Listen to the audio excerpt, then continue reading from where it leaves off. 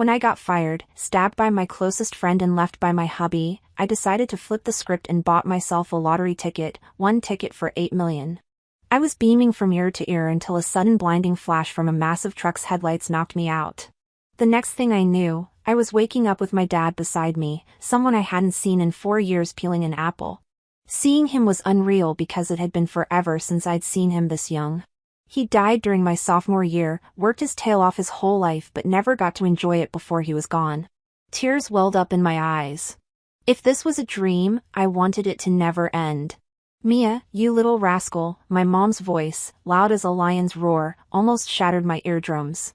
Thank goodness my head was wrapped in bandages, giving me some protection. She stormed over with medicine in hand, not caring about the sideways looks from other families. "How many times have I told you not to use your phone while walking?" I looked at her, noticing the first few crow's feet starting to show around her eyes and at my dad's hair, still dark at the temples. Then I stretched out my leg and stubbed my toe on the bed frame. Ouch! So this wasn't a dream. "Mom, what's today's date? Did you hit your head too hard?" She pulled out a thermos, searching for a spoon. "It's already October 9th and school started a while ago. Senior year is 2015. What else, Mia?" "I'm kind of accepting it. I'm not asking you to get into a top university, but can't you be a bit more obedient? Always sneaking out late, and this time you really messed up." I pouted, secretly grateful to still hear her nagging. The door clicked open and my instincts made me glance over, but I couldn't lift my head enough to see. But Mom's smile lit up instantly. "Zoe's here, just got out of school." She drew closer and as she finally came into my narrow line of sight, I saw who it was. Zoe, my dear friend, the same one I caught 7 years later in bed with my husband. Back in high school, we were inseparable. Zoe always had my back, even when I was a rebellious teen with messy romances. She stood by me even on that day when I caught her and Ryan at the hotel. I instinctively wanted to hear her side, but all I heard were her pent-up grievances. "Mia, you don't deserve all this," she said. Turns out, our decade-long friendship was as flimsy as tissue paper and all those unfortunate events, Zoe was behind them, fueled by deep-seated resentment. "Hey, Annie, I'm here to see Mia." Zoe put down her bag and sat by my bed, her eyes full of concern. "What happened to you? Tripped on the stairs. Was it because I missed a step?" All I remember was a big truck speeding toward me. If I'm back here, then what about me in 7 years? Am I dead? Lucky for them though, those to my heart ached for my unclaimed 8 million. I was so close to being a rich single lady. "I'm beat, I'm going to sleep." Zoe must not have expected me to be so cold. I used to share everything with her. The more I thought, the more annoyed I got. "You're just sleeping while Zoe's here to see you?" "I'm the patient, I'm not feeling well." I shut my eyes, not wanting to see Zoe's crocodile tears. If God gave me a second chance, I would totally change my life. Zoe, Ryan, they can all bounce. Nothing's stopping me from becoming a rich single lady. I stayed home for over a week after getting discharged. Finally, I went back to school in November. The cast on my arm was still on and as soon as I walked into the classroom, all eyes were on me. Everyone exchanging glances, all aimed at me. Why? I thought back. This must be around the time I confessed to Ryan at the flagpole, got publicly rejected and rumors spread that I was so heartbroken I tried to take my life. Ignoring the stares, I headed to my corner desk, finding it piled high with books and assignments. Whose stuff is on my desk? The guy in front of me turned around, looking annoyed. A new classmate took your spot, you need to go downstairs and get a new desk and chair. I didn't have many friends in class, or the whole school really. I was that notorious girl chasing after Ryan in the top 10 for nothing except causing drama. I just stood there staring at him and finally he went back to his papers without more snide comments. After all, I'm 7 years older than him now. I threw my bag on the windowsill and left the classroom to find the homeroom teacher. Yeah, there's a new student, just go get a desk and chair on the first floor. The same excuses, but now from the teacher. I stood my ground until she finally looked up at me. Seeing your arms are a bit of a hassle, go ask the class monitor to help you. I smirked inside. This teacher knows how unpopular I am and used to give me a hard time until everyone avoided me like the plague. Teacher, the class monitor isn't around right now. I don't have friends to help with this. Her brow furrowed, surprised by my honesty. Her disdain was obvious. Wait a bit then and I'll help once I'm done here, teacher. Class starts in 5 minutes. I need to make it back. Mia, I've never seen you so studious before, now you're all fired up. She brushed off my comments but still didn't budge. I'll get it, she spoke up from behind, surprising me. A boy I didn't recognize. Lucas, your class is about to start, I'll go. Quickly, glad to dodge a chore, the teacher ushered us out. He quietly went downstairs and came back with a desk and chair. Why was this guy so helpful? Also, he seemed to know where I was sitting. He just placed the desk right behind my old spot without saying a word and then turned away. I noticed Zoe getting up to come over but the bell rang and she sat back down. I took out the practice tests I hadn't touched in a month and glanced at them. Sets, vectors, statistics, parabolas, crap, I seriously don't know any of this. The guy who helped me move my desk came in through the front door with the homeroom teacher, dropped off some test papers and walked straight to the desk in front of mine. No wonder he was so nice, he took my spot. Ignoring all that, I pulled out my mock exam scores from September, just 424 points. The math teacher was at a meeting and we had to do a set of test papers over the next 2 classes. Great, I just got here and it's already exam time. My head started hurting a bit. Oh well, might as well see how bad the damage is. The grueling hour and a half finally ended. Zoe came straight to me after class. Mia, is your arm okay? It's fine. That's good. I kept my head down, flipping through my book, not really looking at her, but she wouldn't give up. I heard Ryan's playing basketball at the small court during lunch. If you want to see him, we could sneak out during nap time. I looked up at Zoe and suddenly realized she always pushed me to see Ryan. I ended up getting called a toad with a crush while she played the good guy. She was totally just using me. I forced a smile. I'm not going, you go if you want to. Zoe looked upset.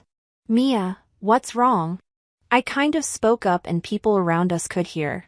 Some even came over to stick up for Zoe. Mia, everyone knows you like Ryan, why pretend and blame Zoe? She's been nothing but nice to you. She even collected your papers when you weren't around.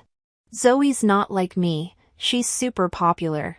I used to think she was really my friend, but now it's clear I was just part of her act. I'm telling you, I'm not into Ryan anymore. I don't want to argue with you guys, can you back off? I glanced at them like I was looking at trash, then went back to my math notes. Stop pretending to be a good student, Mia, with your scores in the 300s or 400s, you really think you can get into a good college?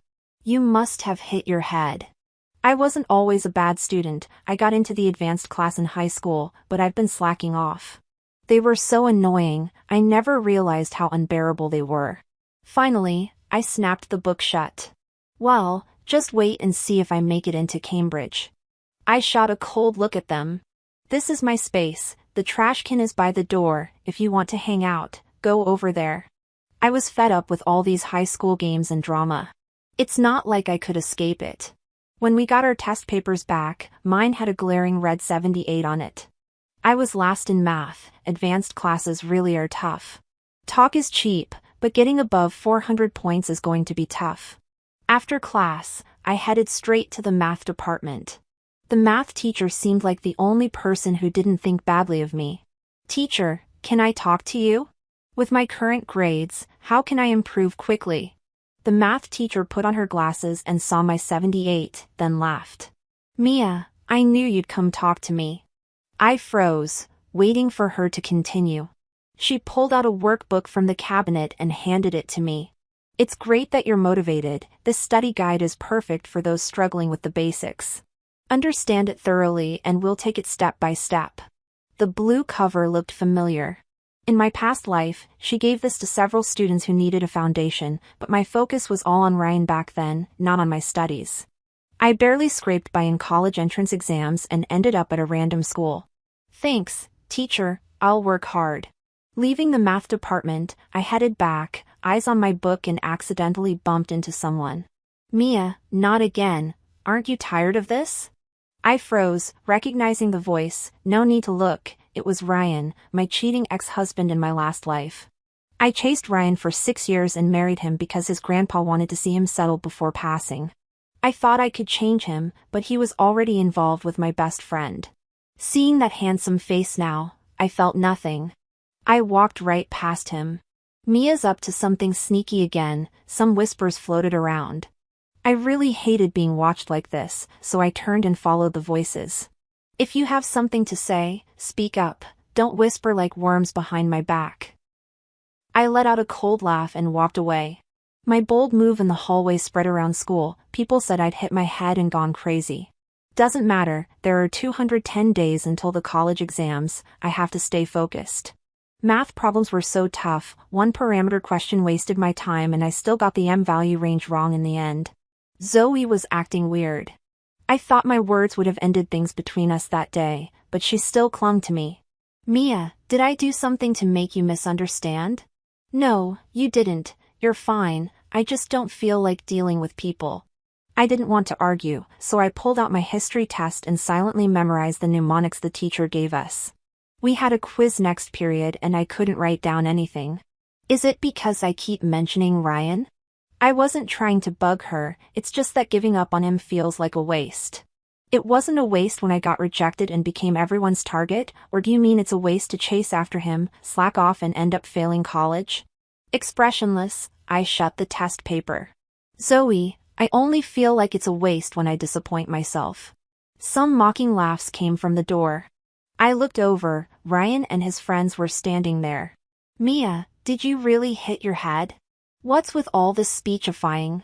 I glanced at the rude guy, then at Ryan and Zoe. So pretending to act pitiful to reconcile was actually to leave a good impression on Ryan. Zoe, you didn't need to make me the bad guy so openly. Just as I was about to get up and snap back at those idiots, they were pushed aside from behind. Excuse me. It was the transfer student who took my seat. I hadn't heard him speak all this time, he was incredibly aloof. Does your class not have lessons? Always blocking my classroom door. The transfer student had an aura about him. It only took one sentence to shut those people up and they all left. Ryan frowned at me before leaving with the trash at the door gone. Zoe returned to her seat as the transfer student walked by me. I whispered a thank you. No worries. The mock exam results for November came out. The papers hadn't been returned yet, but I hastily grabbed my report card first, for 25 points. I felt a bit down, but I told myself that was pretty good considering I hadn't touched books in nearly 10 years and still managed this. The math teacher's detailed explanation of key points really helped. At least the scores showed a clear 105 in math, giving me a glimmer of hope for starting over. Look at our Cambridge wannabe, worked a month just to raise it by a point. It was Ava, the girl who spoke up for Zoe last time, mocking me with an air of superiority. How I improve is none of your business. Did you have something salty for lunch, Mia? People like you always aim too high, like a toad wishing to eat swan meat. I figured out why she held such animosity towards me, it was all because of Ryan. It was the same in my previous life, Ava always picked on me and even tripped me on purpose during gym, leaving me embarrassed. After that, I stopped liking school and just started skipping. I suddenly stood up, picked up the water cup on the desk and splashed it all over her. The chair screeched across the marble floor, catching everyone's attention. Mia! The soaked girl began to shout. Just as the homeroom teacher walked in. Mia, get out here right now. People usually trust what they see, like the arrogant girl just got doused and I was standing across from her unscathed, the answer was obvious. I looked around at the undisguised disdain and contempt in everyone's eyes, it was so pointless. I grabbed my backpack, threw it over my shoulder. Don't need to tell me, teacher, I'm leaving myself. Mia, make sure you're back at school tomorrow. My mom thought I was being self-destructive again when I came home, skipping school after doing okay for over a month. I can study on my own, there's a computer at home. I felt choked up inside, self-studying is normal nowadays, no need to waste time at school. Living this life again, I really didn't want to fight with my mom over stuff like this, so I found an excuse to leave the house, but I had nowhere to go. I used to always stay at Zoe's place whenever I got into arguments and ran away from home. She always had my back and I trusted every word she said. She'd tell me no one understood me and I hadn't done anything wrong. Eventually, I stopped believing anyone else. I sat in a daze outside a go-to convenience store near school, unsure of what to do next. Suddenly, a bottle of water appeared in front of me. I looked up to see a face as cold as ice, the transfer student. "What are you doing here? Do you have something to discuss?" I asked cautiously. "Mia, are you planning not to go back to school?" I was suspicious. "Why do you care?" "Not planning to, and at least for now. You're just going to let those who bullied you get away with it?" "What do you mean?" "It's not shameful to avoid things you can dodge, all the trouble, but can you really swallow that pride watching those who bullied you be so smug while you hide at home?" The transfer student was wearing a baseball cap and it was evening so I couldn't see his face clearly. "You're actually improving pretty quickly." He tossed me a paper. "Here's your swap geography test, or 60 points, just passing." "What?" My report card clearly said 28 in geography. "Your paper got switched, don't need me to say by whom, right?" After a long silence, I finally spoke. "Zoe, it's better to strike first rather than settle for peace." The transfer student took off his cap and looked down, smiling at me. "Mia, my name's Lucas." He was right, this time around. Why should I avoid taking risks by hiding? I didn't provoke anyone. Why should I pay for their behavior? I should have the courage to live my life properly. The next morning, I obediently returned to school. Ava hadn't even gotten over the last showdown and started throwing shade again. As I walked past her, I glanced at the math paper on her desk. "Your slope calculation is wrong, K is 2. Ava can't handle a problem like this, huh?" Ava, known for her math skills, gave me a piercing stare. "Don't need you to tell me." Immediately, she started scribbling furiously on her paper. Before long, she suddenly turned back and glared at me.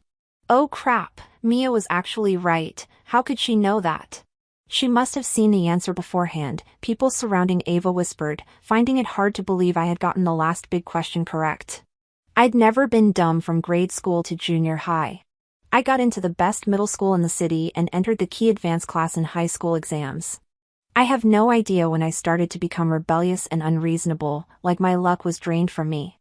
I was always chasing after Ryan, ditching school for internet cafes, doing all sorts of unproductive things. Even my college entrance exam was a disaster of my own making. In the end, I got Ryan and completely lost myself. I pulled a small history study guide from my backpack, plugged my ears and began to quietly recite.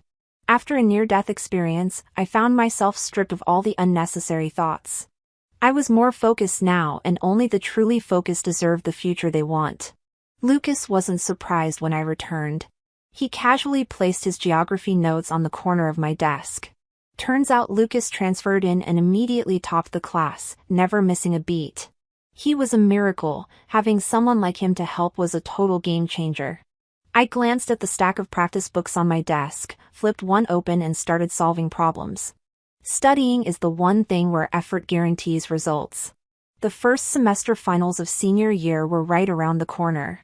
This time, I had to outscore the old Mia. After I deliberately distanced myself, Zoe never made an effort to approach me again. But considering the last time she swapped my test paper, I kept my guard up. People who've given up fear facing tests, while those who keep building up their knowledge look forward to them. When the test was handed out, I knew I had it in the bag. Those long passages don't intimidate me anymore. Every step, every point to earn flowed naturally from my pen.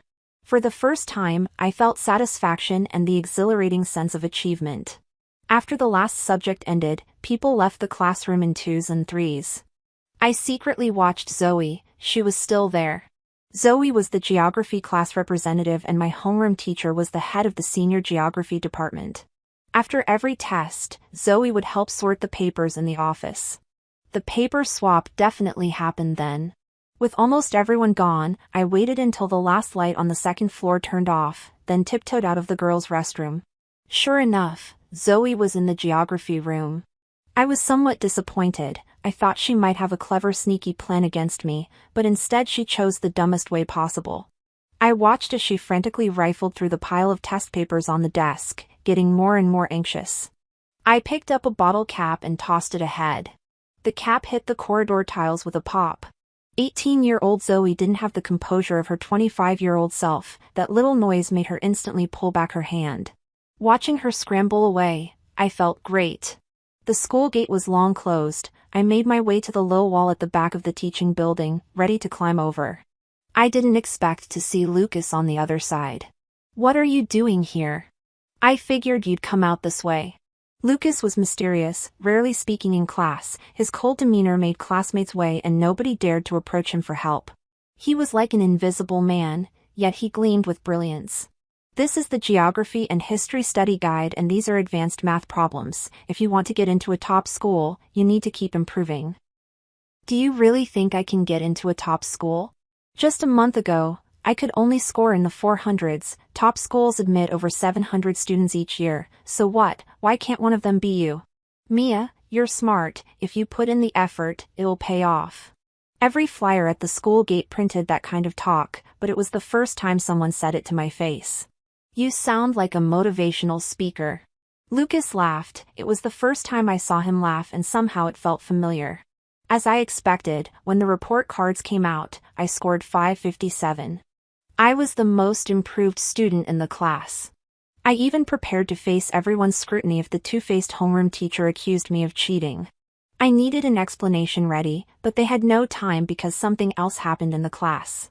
Zoe scored a solid last in geography with 26 points. When she got her test paper, she realized it wasn't hers, but misunderstandings like this are hard to clarify. The 26 geography answer sheet barely had any writing, making it impossible to tell who it was by the handwriting. Zoe couldn't swallow this silent loss and brought it up in front of the whole class. I noticed her eyes filled with malice and guilt kept darting in my direction. "Teacher, I don't think this is Zoe's paper. Who would have nothing better to do than swap someone else's test?" I raised my hand to speak up for Zoe. The homeroom teacher frowned but didn't say anything. I'd become the most improved student in the grade, bringing her some shine, even if just for appearances. She didn't badmouth me again. "Okay, Zoe, come to the office after class. Let's not waste everyone's time." Zoe was unwilling but had no choice. She reluctantly returned to her seat, her eyes fixed on me. When the bell signaled the end of class, she followed me to the small platform at the end of the second-floor corridor. "Mia, was it you?" "What do you mean? Did you swap my paper?" "It had to be you." "Zoe, we were best friends. Why would I do that?" I mimicked Ava's sarcastic tone, realizing how satisfying it was to use it. "Stop pretending. Who are you trying to fool now?" In the past, I chased Ryan to no avail, told me Ryan had a rebellious ex-girlfriend and maybe he liked that type, so I went all out to imitate it, only to look like what he wanted. But words like that shouldn't come from Zoe's mouth.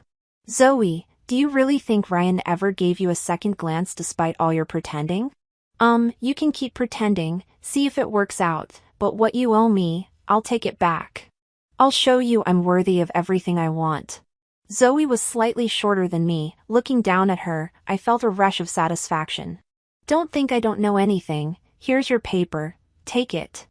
I tossed a crumpled piece of paper from my pocket, but I also recorded a video of her trying to steal the paper. I watched Zoe's expression, furious enough to strangle me. I brushed past her at the corner of the platform.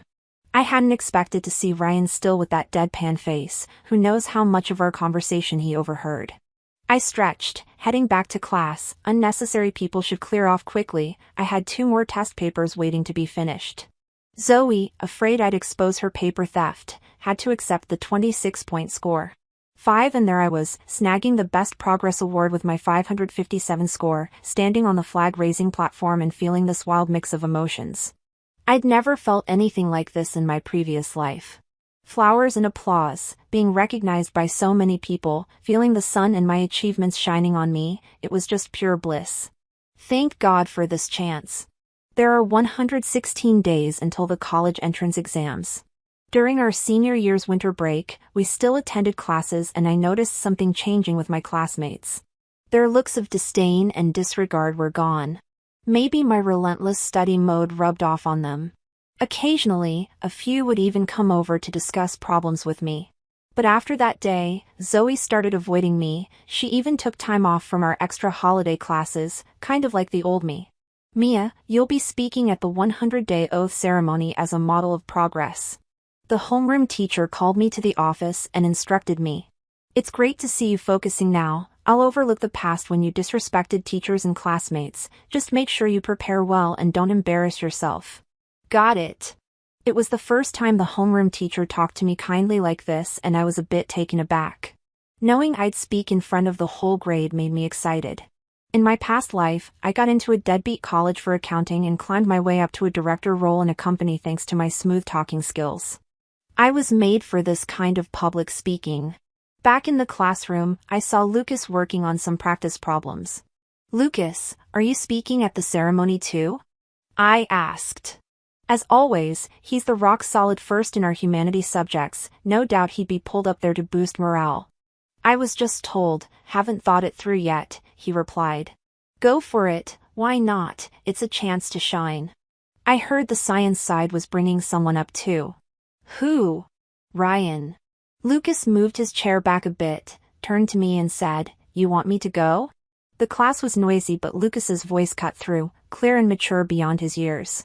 Why was he looking at me like that? I was over being a pushover. At the 100-day oath ceremony, I waited backstage with Lucas, Ryan, and the science progress model. Ryan was going over his speech, his voice calm and pleasant. I sat on the other side, unable to help but stare at him. Why on earth was I ever so obsessed, chasing after him? Everyone knew about my previous efforts to get Ryan, and now us together in one space made the air backstage tense. Mia, you're doing well now, Ryan set his notes aside and walked over. I looked up at his approaching figure, his somewhat youthful face blending with that of his face from 10 years ago, caught cheating in a hotel. Disgusting. Yeah, I'm doing great now, I said, just being humble. Ryan, no one chases another blindly for 10 years, only an idiot does that. I turned his words back at him and reminded myself. Mia, come here, said my tutor, did you memorize the points I taught you yesterday? I had forgotten my private tutor was still here. I moved over next to Lucas to quietly recite what I learned, noticing the intense gaze from Ryan on the other side. After the ceremony, the pace of our senior year quickened. If I was originally chasing my dream of a top school out of spite for Ava, now I genuinely brainwashed myself. If you say stuff often enough, you'll eventually believe it, and now I believed I could get into a prestigious school. Mia, you need rest too, don't stay up too late, my dad said, like every father portrayed in essays, bringing me a comforting cup of milk every night. Seeing him healthier and more vigorous than me reminded me of another important task. Since my rebirth, Dad, let's go for a medical checkup on Saturday. Why go waste money when there's nothing wrong with me? He suddenly got evasive, clearly avoiding the potential discovery of a bigger issue. That's settled then, a Saturday, you'll go with me, just consider it a break from studying. He had nothing else to say, but at the hospital, we had a little incident. At the self-service window on the first floor printing the report, I ran into Ryan again. He looked at me with not so great intentions. Why are you looking at me? I'm not stalking you, I know. What are you doing here? Are you sick? Nope, still kicking, thank you very much. Ryan frowned slightly, confused. Mia, you've gotten pretty sharp-tongued. Yeah, but before, when I wasn't snappy, you didn't exactly spend more time looking at me either. You could never, mind, I have to go. See you. As I turned to leave, Ryan called out again. Mia, heard you made it to the top 100 in the second mock exam, congrats. Ryan, your face right now doesn't exactly scream congratulations, it's more like you're constipated, which is kind of hilarious really. That face took me back to my first birthday after we got married. I didn't expect him to remember, especially since he was so busy sleeping at the office back then. But late that night, when I was almost asleep, he came home reeking of alcohol. He passed out on the sofa. When cleaning up, I found a necklace in his pocket. Ryan, what's this? A gift from a client. You can have it. Even though he looked drunk, his frowning expression was exactly the same as before. After saying that, he turned around and fell asleep, but I stayed up all night, excitedly holding that necklace. Ryan, I'm really not interested in getting tangled up with you anymore. Listen carefully, it's not about whether I can or not, it's that I don't want to. I suddenly realized you're not worthy of me. After a full hospital checkup found nothing, my dad was even happier than me. This really put my mind at ease. As long as I do regular checkups, the outcome will be different. Following the second simulation exam, my score steadily climbed to 620. The class teacher praised me as another miracle in class 10, but it also kind of plateaued there. I know scoring this high in liberal arts makes you a top student, but it's still far from Cambridge. I never knew before I could be so obsessed with something. I rummaged through weekly mock tests but had no idea where to improve. It turns out getting from 400 to 600 is easy, but going higher is tough. I felt stuck, madly going through practice questions every day until Lucas interrupted me. Mia, there are no classes this afternoon, let me take you somewhere. Let's do it tomorrow. I was busy reviewing notes and really didn't have time for him, but Lucas wasn't taking no for an answer. He grabbed the back of my neck. I was so startled I looked up immediately, and then he dragged me out of the classroom. He somehow got the keys to the school library roof. It was my first time there, and looking down at the school from above gave a sense of openness.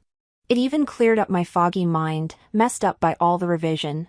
This was my high school for 4 years, with nothing memorable in the first 3, but this last year was something I cherished deeply. Why did you bring me here, Mia? Do you want to go to Cambridge? Clara asked me this 6 months ago, and back then I confidently and boastfully said I would definitely get in, but I underestimated Cambridge's weight. When Lucas asked the same question now, my face felt a bit hot and I hesitated before answering. I do want to. Seems like your goal is set. I didn't understand and looked at him puzzled. I just wanted to see how confident you are. Lucas chuckled and squeezed my shoulder. But getting into Cambridge doesn't mean you have to work yourself to death non-stop. You need to learn how to study, not just mindless book bashing, otherwise you might have the life to get into Cambridge but not to study there. I burst out laughing. I never thought Lucas could be this funny.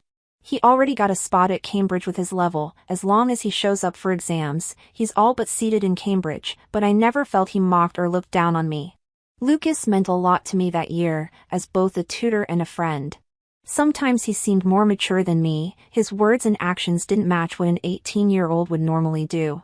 If you find the classroom too noisy, you can come here to study and let the breeze blow through your rusty head. Where did you get the key? You didn't steal it, did you? Lucas smirked. My family donated this building. Do I need to steal a key? I vaguely heard Lucas's family had money and had donated a few buildings to the school, allowing him to transfer here in senior year. I never imagined I'd hear this from him suddenly. Having a rich friend made me feel a bit overwhelmed. Lucas seemed like a calming anchor, a personal tutor I frequently admired. He knew me better than I knew myself. 20 days to exams, the cicadas were chirping loudly outside, but the seniors were completely unfazed. Since the geography paper incident, Zoe seemed like she lost her mind and took a whole month off. People said she felt embarrassed and went home for one-on-one tutoring. Thinking back to her embarrassed look on the small platform that day made me feel a bit of payback. Last time before exams, Zoe came to tell me Ryan might leave the country after exams with his childhood sweetheart. That night, unwilling to accept it, I went to Ryan's place and yelled until my throat was sore, but he never came down.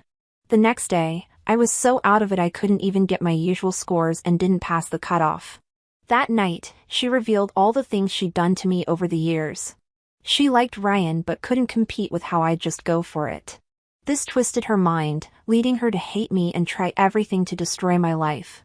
I thought about giving it all back but couldn't become another Zoe. After the 3-province joint exam, Zoe unexpectedly returned to school. Many were gossiping about me and her, but no one hit the nail on the head. The next day at noon, while I was eating takeout in class, the class president from next door came saying the teacher wanted me at the office. Why would a teacher be in the office during lunch? I wondered as I put down my chopsticks. As I turned the corner on the second floor, people were fooling around and I felt a chill from behind. Suddenly, my right arm was yanked and a hand brushed past my left shoulder. Off balance, I fell to my knees and the person who grabbed me tumbled down, knocking Ryan over. What a messed up fate is this, the price of my rebirth. Everyone in the hallway freaked out, staring at us three colliding before crowding around noisily. Mia, are you okay? The class officer was in the hallway and rushed over to help me up when he saw me fall. No, I tried to stand but was too scared to move. Am I going to walk with a limp now? Please help me find Lucas if you can. In the end, the three of us were taken away by ambulance. As we passed by Ryan and the other guy, it was clear they seemed more badly injured. After all, falling down the stairs was brutal. Zoe really went hard. Mia, how did you get so hurt at school? My mom saw my knees both red and swollen and my right ankle as purple as a big bun and broke down before I did. I'm okay, Mom, just a fracture, nothing serious. Zoe went all out but I was lucky enough to only sprain my ankle. That moment really scared the hell out of me. It wasn't until I got to the hospital that I started to calm down. I couldn't believe she would go that far. Lucas, do you believe in fate? I watched the doctor wrap my ankle and tugged on Lucas's sleeve. After what seemed like forever, he finally answered. Yeah, I do. That surprised me. I didn't expect him to be a believer. I do too, so Zoe has to face consequences. I felt so conflicted inside. Every movement from the doctor sent sharp pains through my ankle, waking me up. Lucas, can you call the police for me? There's surveillance in the hallway, no need to argue about who's right or wrong, even if it's just a minor injury. I want Zoe to understand the weight of the law. No one makes mistakes without facing consequences, and this wasn't her first time. As for Ryan, even though he saved me, the pain and sorrow I felt because of him are things I can't forget. I can't forgive him. The last 20 days rushed by in the craziest way, ending so abruptly. Lucas took some time off to come over every day to help keep me on track with studying after injuring my foot. I couldn't concentrate for 3 days when I finally picked up a pen again, it felt foreign. Lucas knew my temperament and didn't bring up that day again, he just stayed quietly by my side, helping me with my work. Lucas, the college entrance exam is the day after tomorrow, are you nervous at all? The moment I said it, I regretted it. That was stupid of me. Of course Lucas wouldn't be nervous, his expression didn't change, he just kept writing diligently on the big problems. Mia, don't get too worked up, in 3 days we'll be free. Yeah, in just 3 days, that phrase helps so many high schoolers get through the exams, but my heart's still on edge. This is my first year taking it after working hard, even though I'm not that young, I'm still so nervous. Have you decided Cambridge, right? Aren't we going together? I pouted. Okay, at this point I'd pretty much given up on Cambridge. One night, I was so anxious I couldn't sleep and I checked Cambridge's website. You need about 680 points to secure admission. My last provincial exam, I barely scored 651 points. That's way too much of a gap to make up in 20 days. But I don't want to weigh Lucas's mood down because of me. I propped my head up with my hand on the table, letting out a long sigh. This whole year felt like a dream, from the moment I woke up in the hospital realizing I'd been reincarnated to the journey of hustling to become a better Mia. I can't believe how far I've come and I really love the person I am now. Don't think so much, trust me, you're a child favored by God, there's sure to be a surprise waiting for you ahead. Lucas lightly tapped my head with his pen, laughing as he spoke. What are you laughing at? I'm not laughing, why are you looking at me and not at your work, Lucas? You've changed, you weren't like this before. The first time I met him, I tried to recall, he moved my table and didn't say a word. Oh, I suddenly felt grateful. During those hard times, Lucas, who came out of nowhere, was there with me through it all. Lucas taught me to stay calm in situations but not to just let things go or others would keep pushing boundaries. He told me real success is competing with yourself and helped me catch up on the 2 years' worth of knowledge I missed. The teacher calls me another miracle of class 10, but they don't see is how much Lucas has helped me behind the scenes. Lucas, see you at Cambridge for sure. June 8th, I walked into the college entrance exam for the second time. Every subject handed out made my hands shake with nerves, but thinking of Lucas's encouragement, I quickly got it together. History came naturally, calculus flowed smoothly and math was always my strength. Even geography, which scared me the most, I tackled without a hitch. I don't know if fate will favor me again, but I have no regrets this time around. For the college entrance exam, the final bell rang and my 4 years of high school were officially over. I was squeezed out through the crowd heading downstairs and out the door where I saw my mom and dad. "Mia, you're done with exams, so happy, let's head home and eat." I hugged my mom, pouted and looked back. Lucas stood across the street waving at me. "I'm here." I handed my backpack to my mom and pushed through the crowd to get over to him. Suddenly, a sharp sound pierced the air. Instinctively, I looked over. A car was speeding toward me, brakes screeching. "Mia!" I looked up and saw Lucas rushing toward me. My head hurts like it's being pummeled. So many memories flooded into my head. It was Lucas, 25-year-old Mia, before being hit by a truck had also been pushed aside fiercely by someone. It was always Lucas. God, you let me be reborn. Is it just a push to excel and take this test again? Life was just starting to get good, so why this now? I felt dizzy. When I woke up, all I saw was a white wall. Who am I? Where am I? This time, unlike before, my dad wasn't sitting by peeling apples, just my mom quietly crying beside me. "Mom, Mom. Mia, you're awake." My voice was so hoarse I couldn't even speak. "Where's my dad? Where's my dad?" "Your dad went downstairs to pay the fees. He'll be right back, don't worry." Thank goodness my dad is still around. This is 2015, not that awful 2022 where I had nothing. I relaxed, staring up at the ceiling. Before I got hit by the car, I think Lucas pushed me out of the way. "Mom, where's Lucas?" "Is that your classmate? He's upstairs, heard he hit his head. We really need to thank him, rushing in like that to save you. If it weren't for him, what would we do with our Mia?" She started tearing up again and I was anxious, wishing I could rush to Lucas's room right away.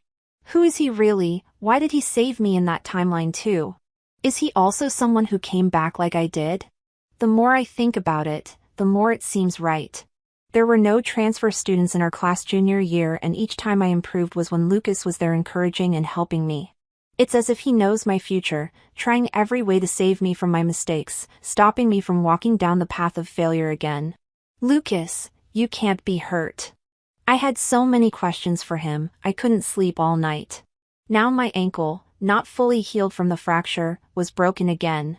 Though nothing else was seriously wrong, but I still couldn't hear any news about Lucas. "Mom, can you take me downstairs to see my classmate?" "You mean that young man? He was discharged this morning, everything checked out so he left after another day of observation." "He left? Didn't he even want to see me? How could he just leave like that?" "Mom, where's my phone? Let me have it." Lucas wasn't picking up and I suddenly felt uneasy. This wasn't like him, he always answered my calls, even deep into the night when I needed help with homework. Was Lucas really just a dream? No, I can't believe that. I couldn't find Lucas. I realized I knew nothing about him. I didn't know where he lived or who his friends were. He just appeared by my side and I accepted it all without question. I never thought about why this boy who carefully protected my dreams was so good to me. On the day the exam results were released, my parents were all around me. After several tries, the page suddenly loaded smoothly. A string of numbers appeared unexpectedly in the middle of the screen. I counted down in my mind, 3, 2, 1. Oh my gosh, Mia, did I misread this? My mom hugged me tightly while my dad stood frozen, rubbing his eyes, thinking it must be his presbyopia. 657 points, I scored my highest since coming back. Not satisfied, I dialed Lucas again and surprisingly, it connected. "Lucas, is that you?" Beep beep, he hung up right away on the other end. Why didn't he answer? My eyes welled up with tears and I furiously called back until he turned off his phone. "Lucas, just let me catch you and it won't end so easily." The next day, the school handed out diplomas. I hobbled along on crutches to the classroom building. Passing students gave me odd looks, not because of my crutches, but because I scored 657. Mia, known for skipping classes and chasing boys, scored 657 on the final exams. "Mia, you're amazing." I take back what I said before. A boy sitting diagonally in front of me said to me shyly on the stairs, scratching his head as he apologized, a hint of sincerity in his eyes. Need a hand? No, I got it, thanks. I used to hate these people, their words pierced me like knives, though I pretended it didn't matter and secretly resented them deeply. But now I felt relieved, maybe the old me really wasn't likable. Someone everyone kept their distance from. Childhood likes and dislikes are intense, driven by emotions alone. Thank God for giving me this chance to get to know them again and to end my high school journey in such a fulfilling way. Did you hear Ryan bombed the test, didn't even score 650? Seriously, did he fall and hit his head or something? Who knows, what a mess, heard he's thinking of retaking the year.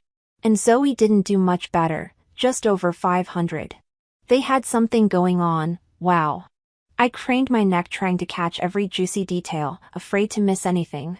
Mia, EES dropping. I turned around quickly, it was Ryan, hands in his pockets, smirking slightly as he looked at me, not at all like someone who just failed the exams. What are you doing here? I noticed a faint mark on his forearm and suddenly remembered about the staircase incident when Zoe knocked me down. I hadn't thanked you yet. No worries, I just did it in passing. He cheated on me yet saved me once. I call it even. Anyway, we wouldn't have chances to meet after graduation. Then I'm heading back to class. Why did you stop pursuing me? Am I some winning lottery ticket for you to chase every day? Ryan chuckled to himself. Mia, happy graduation. Hope you keep it up. Thanks a lot. With that, I turned and walked away, never looking back. Maybe this was Ryan's comeuppance. Even the high and mighty have their falls after all. The diplomas were handed out. I still didn't get to see Lucas. I even questioned if he ever took the exams. But his 683 score banner was right there at the school gate, proving he did.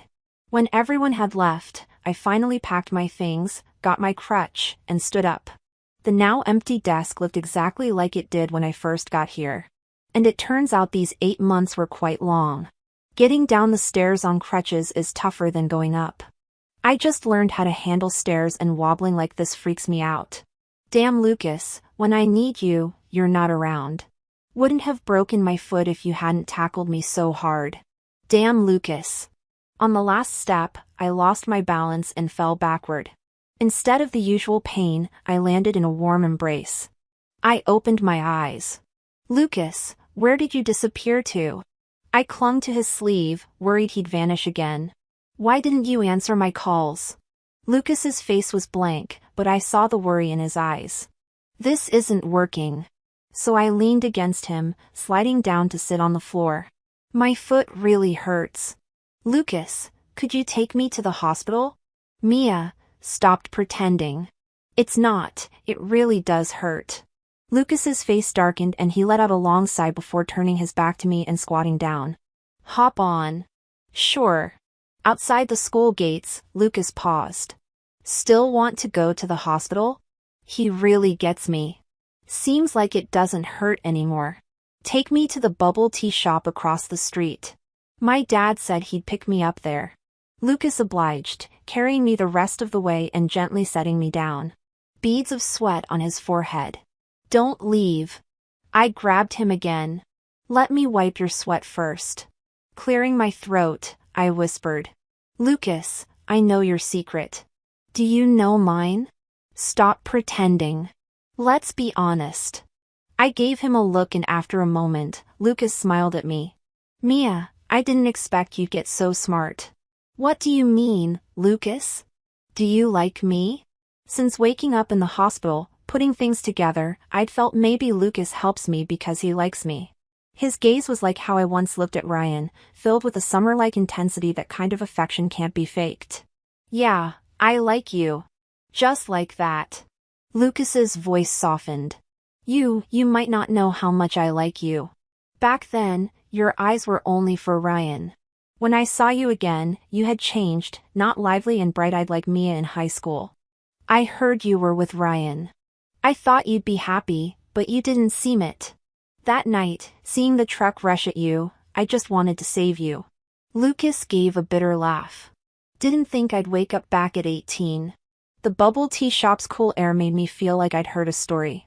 Yet I could also clearly see someone running toward me. Mia, I just want to help you be better. Never intended to replace someone special in your heart. Turns out when I loved Ryan all those years, someone else was fully devoted to me.